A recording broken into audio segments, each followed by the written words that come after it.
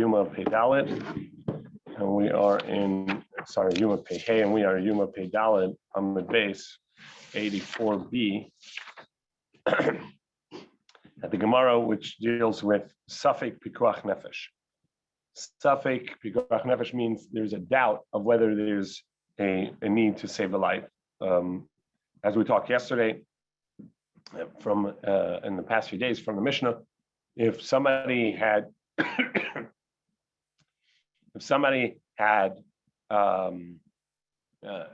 if a building had collapsed, a structure collapsed upon a person, and we're not sure if that person is there or not. Even if they're there, they may not be alive, and even if they're alive, they may not be Jewish. And of course, if there's, as halacha is, if there's only a Jew that can save the non-Jew, then the Jew would do so. But if there's if there is a non-Jew that can save the non-Jew, then a non-Jew would do it, and the Jew would not break Shabbos for that. Whereas if the non-Jew, if there was a Jew there, then the Jew would break Shabbos, even though that there was somebody else to do it. As we'll see in the Gemara, we don't wait for someone else to do it. So if there's a doubt of whether there's a Jew there or not, or a triple doubt, we're not sure if there's anyone there. Even if they're there, we're not sure if they're alive. And even if they're there, we're not sure, and alive, we're not sure if it's a Jew. Nevertheless, we would break Shabbos in order to save, potentially save that life. So we get into Safek, and one of the ways of analyzing Safek is one type of Safek is what we mentioned in the Mishnah is a doubt of whether there's someone there or not. But there's another way of Safek. There's for sure someone there, but it's a doubt whether or not that person is a Jew or not. That was the second case. I mean, there's definitely someone there. And so what makes us say that? So the Gemara is going to get into a scenario where there were 10 people, and one of them was a Jew. 9 were not Jews, and one of them walked into this building that now collapsed. All right, so that's a matter of doubt. And actually, I have a majority chances that it's not a Jew, because this person, there was 1 out of 10, right? There's only a 10% chance because only one of those people, so only one of those 10. So that's the case of the Gemara. Why do I need to say this? Every doubt of break Shabbos. Rabbi Yehuda said in the name of Rav, to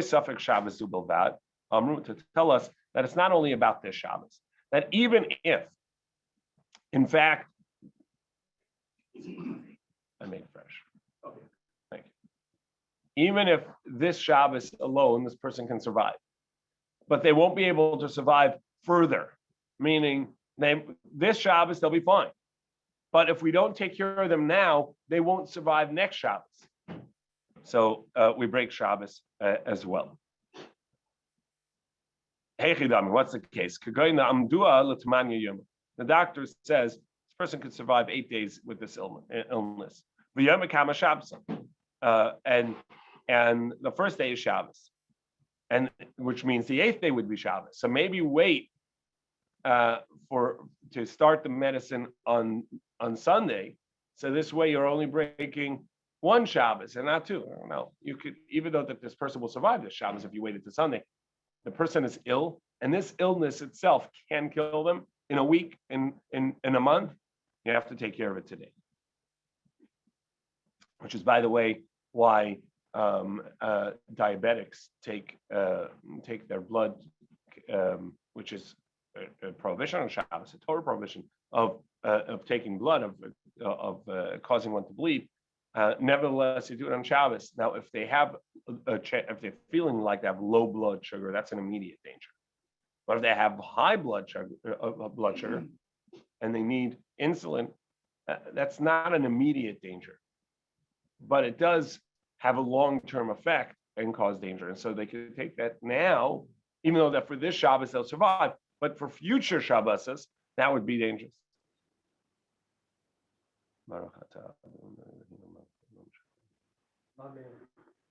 Rabbi, are we still on Pei Gimel Bet? Pei Dalet Bet. Oh,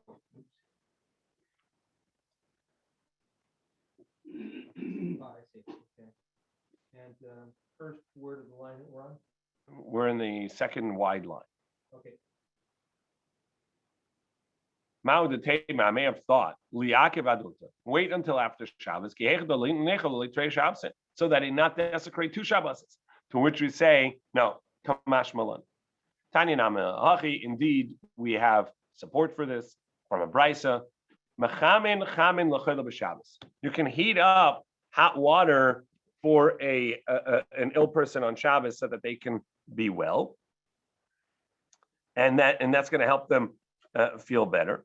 Bein lahashkosei, whether it is to give them something hot to drink to make them feel better. Bein lahavrosei, whether it is to wash them down, whether in order to heal them. So if they need to be healed by washing or by hot drink, and they're a chola, you're allowed to heat the water on Shabbos, meaning allowed to cook for them, heat up the water, even though that's a Torah prohibition on Shabbos.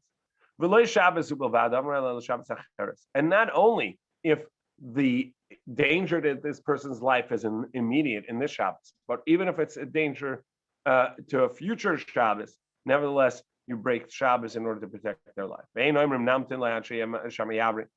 don't say, let's wait until Motzei Shabbos comes. Maybe he'll get better on his own. And if not, we'll take care of him. No. Rather, we take care of him right away. Because a question of something that can be life-threatening, you break Shabbos. Not only about this, but even about a future Shabbos. But it does have to be that the person is already ill and in danger. Even if the danger isn't immediate, the danger is late. But a potential for illness is not going to do that.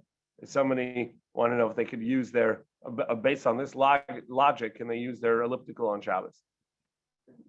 Because they're obese and that's dangerous, and if they don't exercise, they're potentially going to die. Yeah. So besides the fact that you could just eat less and take a walk, right? But the point is that they're not ill now. They don't have an illness right now. It's just that it can potentially lead to that. But where they actually have an illness right now, like high blood sugar, which is affecting their body negatively right now, yeah, and it potentially and long-term effects are fatal. That's why they can check on Shabbos. We don't wait and say, what, let's wait for a non-Jew to do this. No, we do it on our own.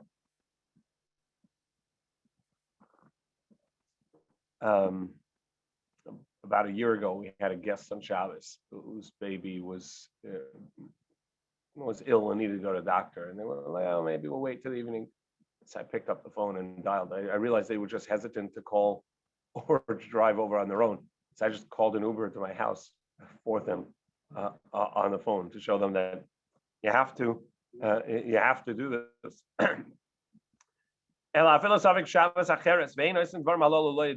don't wait for a non-Jew to do it, and not by Kutites, or rather, great people of Yisrael will do it. And we don't say do these matters. Exactly the meaning of this line is difficult. Some interpret it to mean that that women and Kutites are not trusted to say that this person is sick to the degree that they are that they need medical attention, unless there are two such opinions. But that can't be, as the Rush points out, that can't be because Gemara earlier said that a midwife says that we need to break Shabbos to break Shabbos. So for a pregnant woman, so it cannot be that you can't trust a medical opinion of a female doctor. Clearly, first of all, Abaya's mother was a healer, right? The Gemara quotes her all the time, and we talked about pregnancy and pregnant women. So exactly what this means is unclear, but the Rush in one version says that what it means is that you don't wait for women to say that this is what's necessary, or in other words, they would be the ones to decide, and rather anybody can decide any other opinion. But then the word aval, but, is unclear. So it's unclear what this line is. Various versions of Rush. We'll go with that. Tana Rabbanan, mepakrin pikuach nefesh b'Shabbos. On Shabbos, we look at a matter of potential danger to life. Vazoris, and somebody who's quick to take care of it, instead of hesitating and saying, well, should we not at Shabbos? No, the one who's quick to do it is praiseworthy. You don't have to wait for Beis Din to give you permission. You don't go knock on the rabbi's door and say, so-and-so is ill, should I call an ambulance on Shabbos? You just do it. Okay, it's that.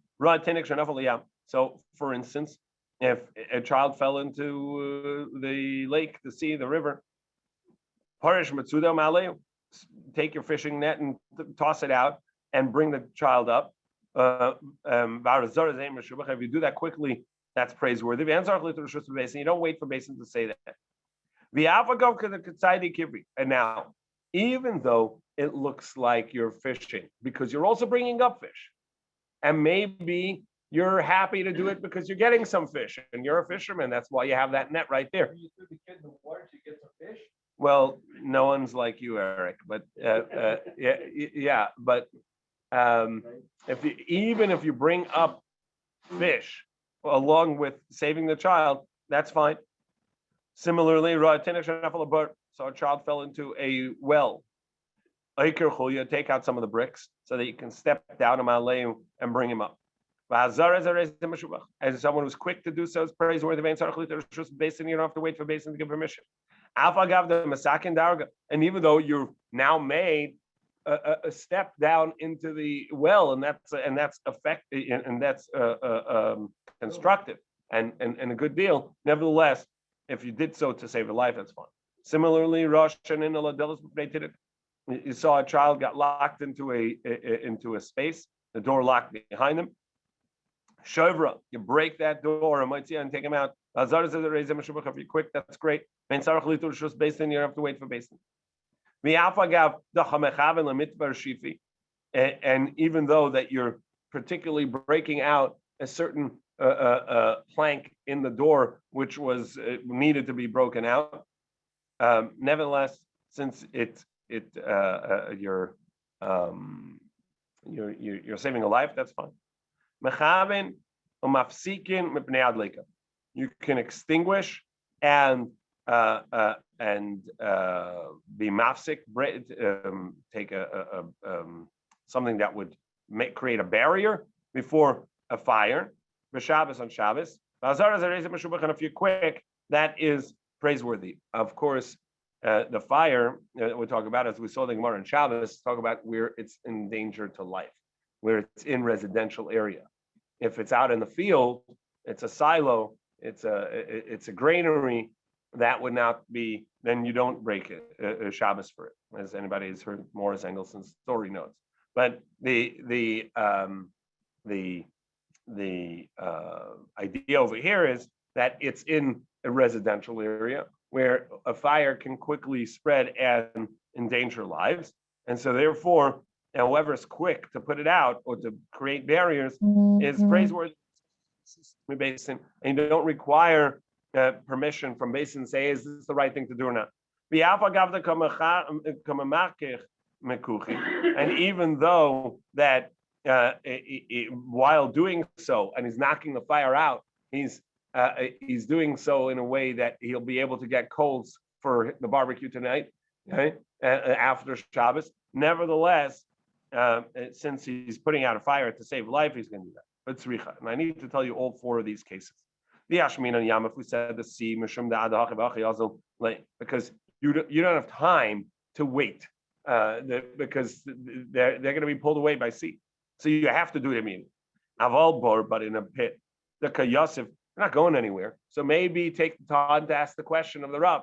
No, perhaps he can't do it right away. That's what he needs to say. If we set a pit, because that's really scary for a child. But a child locked in a door, behind a door, a room, and so on, it is scary for a child and could put them into a panic, but not necessarily so scary. So after the Yosef, maybe sit on the other side and just tell them stories and read them a book until the night comes, and then you can open the door for them. So Meshabash Guzi is basically played with dice for them, or some sort of they pay with what? Yeah, with walnuts and so on.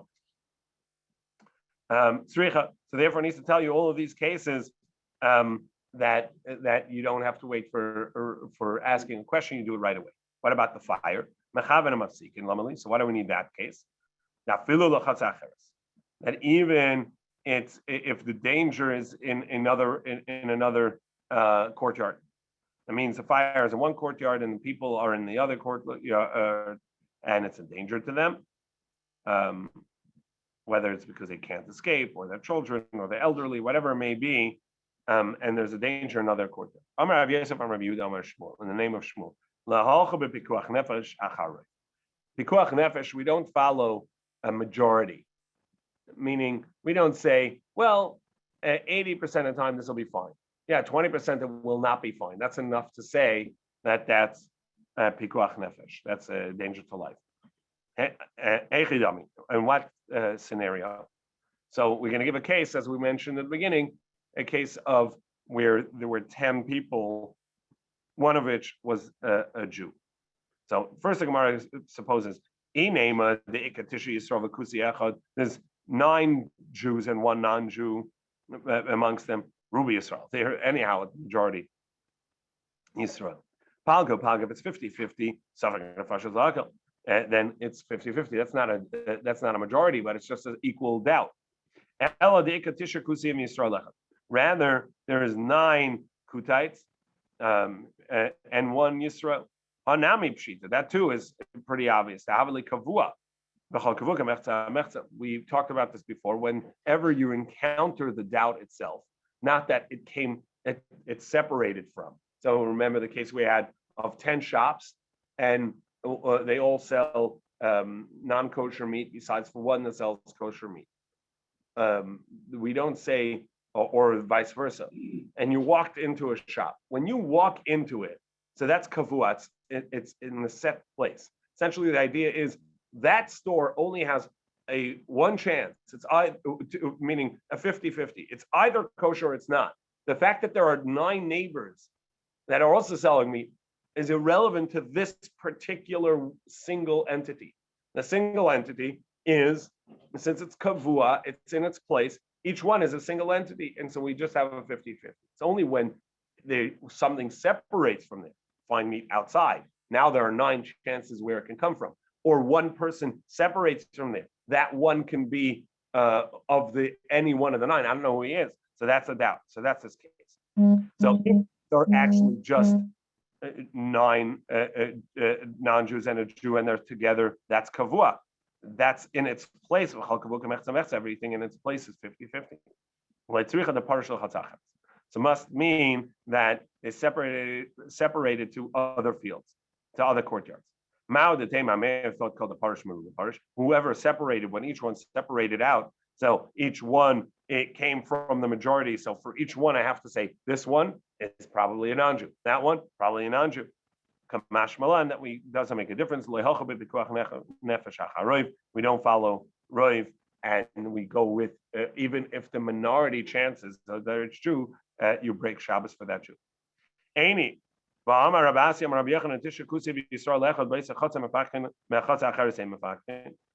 but Rav Yochanan, Rabasi said the name of Yochanan, if 9 and non-Jews and a Jew in a courtyard, and a structure collapsed, then you you break Shabbos to try and find a person. But if it was in another courtyard, then you don't.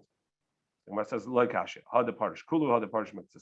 It depends. Did they all separate, or did only some of them separate? So if they all separated, so then for sure there's a non-Jew in there as well. And now I just don't know which one it is, where he is. So then you have to go. But if only some of them separated, so I don't even know. So it's not just that there's a majority; there's double. There's loy is chazek. I don't even know that there's a Jew there to begin with, and it's only some of them. So it's a minority. Gemara is going to challenge even that. Now, in Miyama Shmuel Hachi, did Shmuel really say this, that that you don't follow majority, meaning that even if there's only a minority chance that there's a Jew there, you're going to break Shabbos? Vatanan, what we learned in the Mishnah, Matzah Batinik Mushlim. Somebody in a town comes to a town and they find an abandoned infant, find a child that was been abandoned. So unfortunately, this is not uncommon today, but it was it was much more common back when. They found a infant abandoned. So Imrov Kutiyim Kusi. So how do you raise this child? A Jew as a non-Jew. So if the majority of the town are non-Jews, so then you raise the child as a non-Jew. The Imrov Yisrael, and if the majority are Jews, Yisrael, then you treat him as a Jew. Yeah. Okay, you got the question. What if it's a row of Israel where you find a child and you raise the child as a Jew, and later on, for some reason, you find out that the child wasn't Jewish after all? The child would have to choose conversion. Okay, give him a choice. All right. He would have to choose conversion. He would have to convert, and the child would have to choose it, depending on the age. I mean, but yes, I mean, the parents can choose it if the child's under bar mitzvah. If the child's over bar mitzvah, then they have to choose it on their own. Yeah. Gotcha.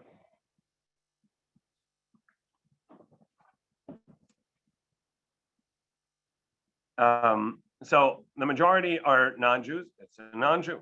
The majority are Jews. It's a Jew. Mechza is 50-50. Yisrael. Raise him as a Jew.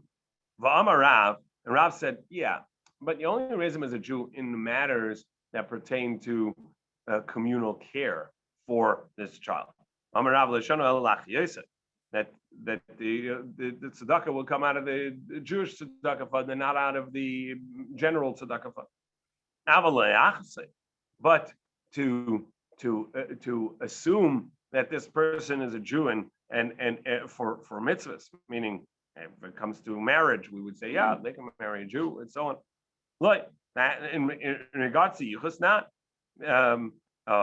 you can't assume that they are Jewish. Shmuel Amar, now I'm pay hey Amar Aleph 85a. Shmuel Amar lefakech olav sagal to that the matter of whether or not to assume he's Jewish or not, of what is in regards to whether you're going to save his life on Shabbos or we're going to wait for a non-Jewish doctor to do so. Now, essentially what Shmuel is saying is, if the majority of this community, of this city, are non-Jews, then it comes to saving a life. We're going to wait for the non-Jewish doctor to do it, and we're not going to have the Jew save his life. Why not? After all, even we just said by matters of life and death, we don't go by majority. We save a life even if it's a minority chance. And what says, yeah, ki itmer Shmuel areshe itmer. Yeah, Shmuel is referring to the earlier statement, not the end of the statement. Not that if he's majority Jewish, then we're going to save his life, but rather the other way around. That even if the majority are non-Jews, Nevertheless, we treat him as a Jew in regards to saving his life and breaking Shabbos to save his life, that even Jews would break Shabbos to save his life. Imroiv kusi. If the majority of the town are Kutites, so we're going to raise this child as a kusi. However, Amar Shmuel says, but in regards to saving his life, Einakein imroiv kusi. So Einakein, it's not so, and we would save his life as if he were a Jew, because maybe he's a Jew. Now, imroiv kusi l'mayil. The majority are Kutites. So then, what matter is he a Kutite? That means that you don't have to, when you take care of this child to raise the child and give him food, you don't have to give him kosher food. You can give him non-kosher food. Since the majority are non-Jews, you can assume he's a non-Jew, and you don't have to say, well, maybe he's a Jew, and I'm giving a Jew a non-kosher. No, majority is a Jew, are non-Jews. You can feed him from the general food bank. Rav Yisrael. However, if majority are Jews, they have to treat him as a Jew. In regards to what is that? That to take care of him financially, to give back a lost item if it's lost. And we saw this in the Gemara earlier, and the Gemara Mamitziah talks about this, that in Roman times and in Persian times, it was common law that if you find something, it's yours. Finders, keepers. The mitzvah of Hashavas Aveda, therefore, was only for a Jew. I mean, the Torah says, Avedas Achicha, your brother's lost object. And the idea is that you would, since it wouldn't be returned to you if the Kutite or the Persian lost it, you wouldn't return it the other way around. But for a child like this, since maybe he's a Jew, you would return it. Mechza al Mechza Yisrael. If it's 50-50, it's Yisrael. In regards to what matter is that? In regards to damages. Again, the Gemara told us in Bava Kama that common law was that there were no damages if your animal injured someone else's animal. There were no damages. An ox gored an ox. There would no damages for the owner of the animal. But halachically, there is a this halacha of Shor Shel Yisrael, a Jew's ox that gored a non-Jewish owned ox, that since in their laws they would not be obligated, you would not pay him. And for someone like this, you have to assume he's a Jew and you would pay him. Hey, Chidon. So Gemara says, wait. If my ox gored his ox, yeah, why would we have to pay? Bring proof that he's a Jew, because we know anybody who wants to extract funds, the burden of proof's on them. So he goes to the Jewish owner, the short Jewish owner. This kid who grew up, and we don't know whether he's a Jew or not, he grows up and he owns an ox, and now his ox gets gored by a Jew, and he says, look, I'm Jewish. So yeah, go ahead, bring proof. Right? Bring proof that I owe you the money. It's the other way around, that his ox gored our ox.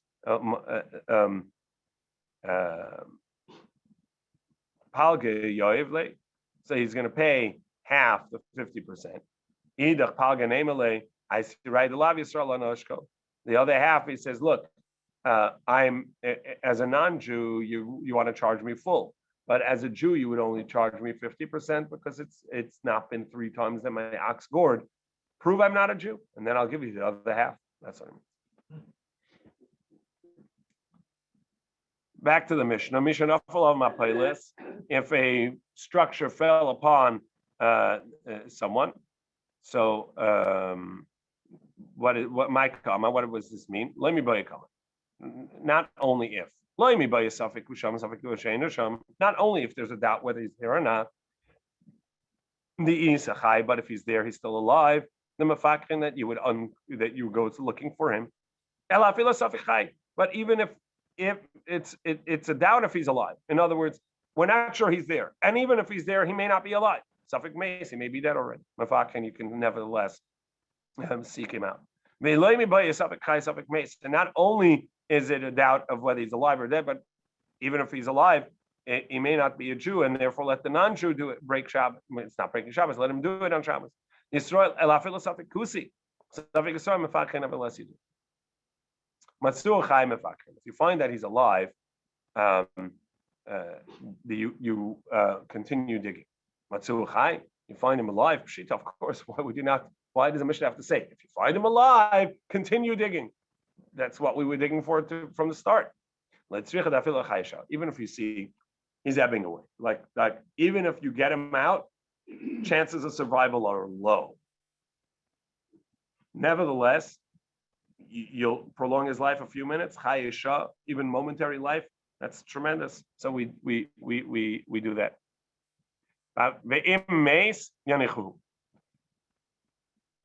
And if he dies, if he's dead, you leave him. Anami Pshita, that seems pretty obvious.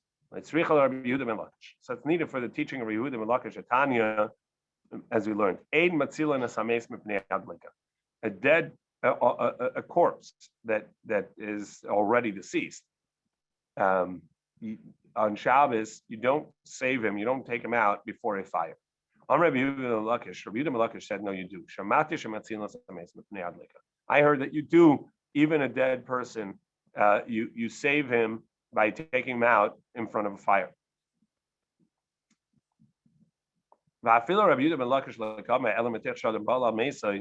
Because a person is so concerned about the deceased person, if you don't allow him to remove the deceased person from the line of the fire, so then he's going to end up putting the fire out, which is a Torah prohibition. They don't want to do that, so we let him move the deceased. But over here, if you don't permit him to remove the corpse from inside that rubble, what's he going to do? He's not going to put the structure back together again and not let it collapse because there's a deceased person there. So you don't allow him. That's what it means. We don't allow him to take out the deceased person on Shabbos.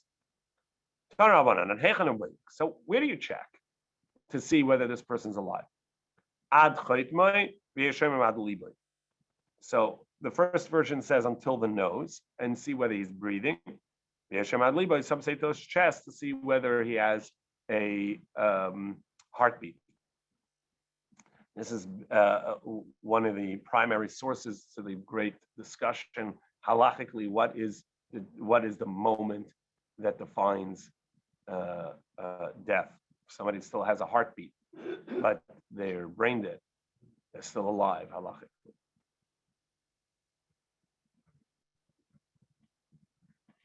Badak umatza el yonim.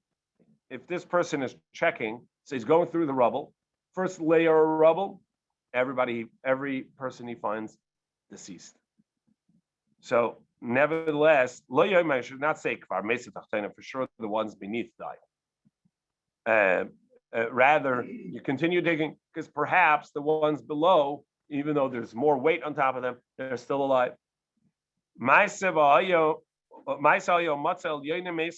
A story happened where there was a collapsed structure, and they found they were digging through the rubble and found the first layer, those in the upper layer, they were all deceased. But they continued digging with Tachtana Chaim, and they found people alive on the lower level.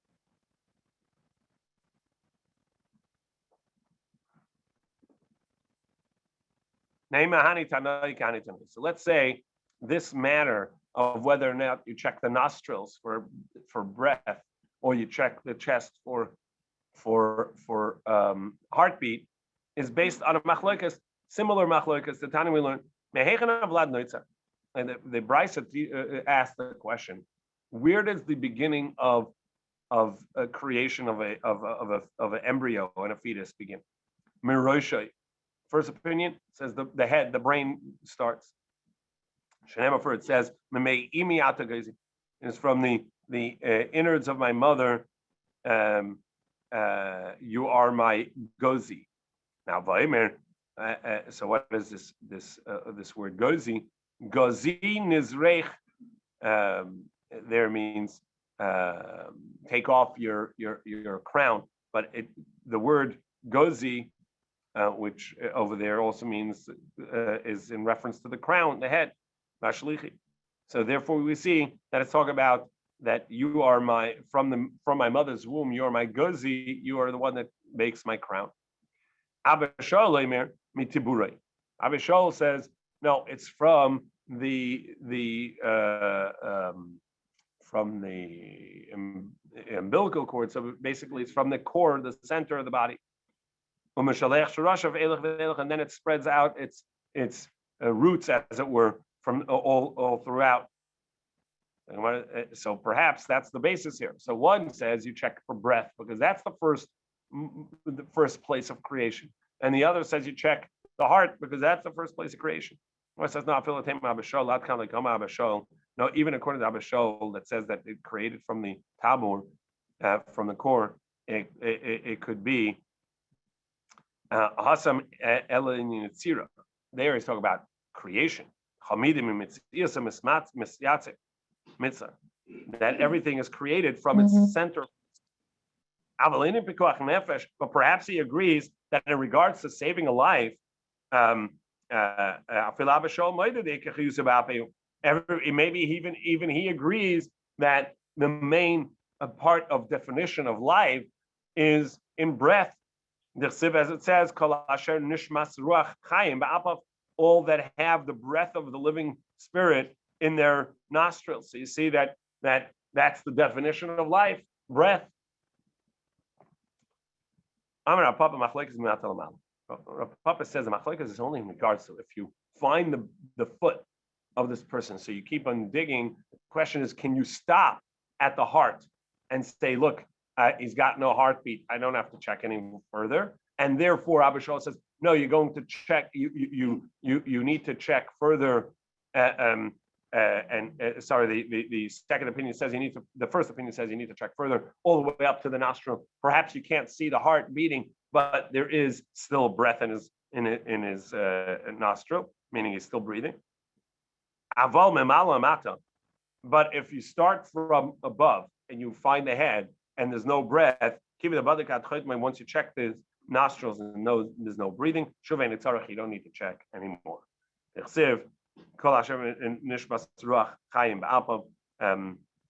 All that have a living breath in his life, in his nostril. Now the Gemara is going to tell us where's the basis for this, that pikuach nefesh, saving a life, is even greater than Shabbos, and that you would break Shabbos for a question of saving a life. Rabbi Shmuel, Rabbi Kiva, Rabbi Elazar, and Rabbi Shmuel, Rabbi Kiva, and Rabbi Elazar, and Azariah were traveling. The Levi Hasader, and Levi, the one who organized the speeches and the learning. Some say that it's Hasarad, which means that he was a garment maker for Kahanim. In any case, so Levi, Rabbi Shmuel ben Rabbi Elazar ben Azariah, and Rabbi Shmuel, the son of Rabbi Elazar ben Azariah, they were all traveling together. They were behind them. So this question was asked before them. How do we know that pikuach nefesh supersedes Shabbos? That the question of doubt, a question of life, is going to be severe enough that we're going to say, even just a question, go ahead and break Shabbos so that you can save a life. Nana Rabbi Shmuel. Rabbi Shmuel responded first. It says in the Torah, if you find somebody breaking into the house through a tunnel, and there that Torah says that your stand your ground laws apply, and that since there's a chance that if you were to protect your property, that this person is coming to kill. Now they're coming to steal, but what they call a robbery gone wrong, right? Where they're coming to steal, but in the end are willing to kill if needed. So that means your life's in danger, and you're obligated to protect your life by taking life. So there It's actually a doubt. There's a doubt. Perhaps this guy's only wanting money. If you stand up to protect your money, he's going to run, right? And he won't take your life. And the severity of murder, we know. It makes the land tummy. And murder is so severe it causes Shechina to leave Yisrael. Nevertheless, you're allowed to protect yourself by taking this person out, by killing him. So for sure, if you're allowed to kill in order to protect life, so for sure you're allowed to break Shabbos to protect life. Nana Rabbi Kiva responded. He has another pasuk. He says, if a person schemes against another person intentionally laharga to kill him, what's the halacha? The Torah says, even from the altar, you're going to take him to try him and put him to death. Now, only from at the altar, but not if he's on the altar. If he's a Kohen and he's on the altar doing the avodah, then once he started, we don't stop and wait for him to complete the service. Right? Seems like this is somebody that we're going to take to arrest to try for murder, but he started the work. We're going to let him finish. That's only you're going to let him continue in order if he's going to be guilty, we're going to take him to put him to death. Turn to pay on the base. But to keep him alive, then in other words, if we know he can testify to save a life, we're going to take him off in the middle of a service. So you see that in the middle of a service, you're going to stop the service, stop the avodah in order to save a life. There's a doubt whether his testimony will be enough to save this guy. Perhaps his testimony is not worthy. And the service of the Beis HaMikdash is supersede Shabbos because we do it even on Shabbos. So for sure that saving a life, Shabbos supersedes Shabbos. Basically, this idea is that we know that if there's a witness on that is in the middle of the service, a Kohen can testify and save someone from capital punishment. In the middle of a service, we're going to take him out and say, come on, you're being subpoenaed. You got to come to court right now. I'm in the middle of doing the avodah in the Beis HaMikdash. I'm on the mizbeach. Off. Let's go. So, and we know that the service supersedes Shabbos. So for sure, testimony to save a life supersedes Shabbos, or any type of saving life supersedes Shabbos. See you in the morning. Tomorrow morning is Hashem regular time, 6:15.